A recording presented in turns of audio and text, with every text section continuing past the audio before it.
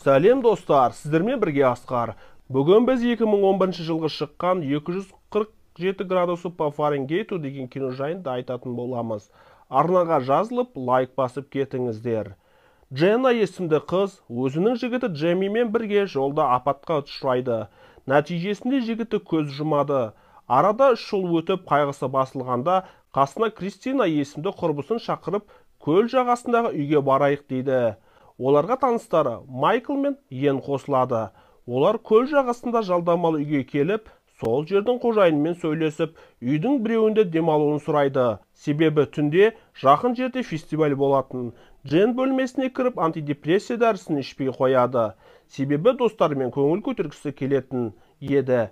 Достар және қожайын бәрі отырып, кешкі тамақта отырып әңгімелеседі. Қожайын жұмыстарымен кететінін айтып, өздеріңізге қалдырамын дейді. Достары қуана келсіп, саунаны қосып кіріп алады. Іші ыстық болып кеткесін далаға барып, көлге шомылып, тоңып, саунаға қайта кіреді. Йен бір қызға тиіскісі келіп жақындайды. Ол бас тартады. Йен ашуланып далаға шығып кетеді. Сауна іші қатты қыза бастаған кезде, қыздардың біреуі шыдамай далаға шыққысы келгенде, ол ашылмай жабылып қалады. Ішіндегі екі қызбен бір жігіт қатты талпынады.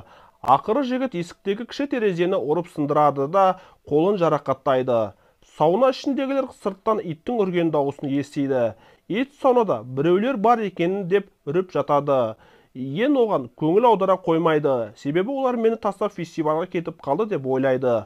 Басы әбден айналған сауна ішіндегі екі қыз бір-бірімен төбелеседі. Ал жігіт саунадағы ыстық ошақты басып тұрады да, ол жарылып кетеді де, сауна ішіндегі жігіт өледі. Сол кезде Йен мас болып ешнәрсені сезбей үйде жүре береді. Біраздан үй қожайыны оралады. Сонадан бір жігіттің денесімен екі әлсіз қызды көреді. Оларға жедел жәрдем шақырып, екі қызды аман сақтап қалады. Саунаның ашылмай қалған себебі, Йен сыртқа шыққанда есіктің алдында қарсы бағытта тіреуіш тіреліп қалған екен. Оны Йен байқаусызда осылай жасаған болып шығады. Ыстық ошаққа жабысқан жігіттің әрекетін түсінбедім. Ал сіздер ше? Сіздермен бірге болған Асқар, арнаға жазылып, лайк басып кетіңіздер. Сау болыңыздар.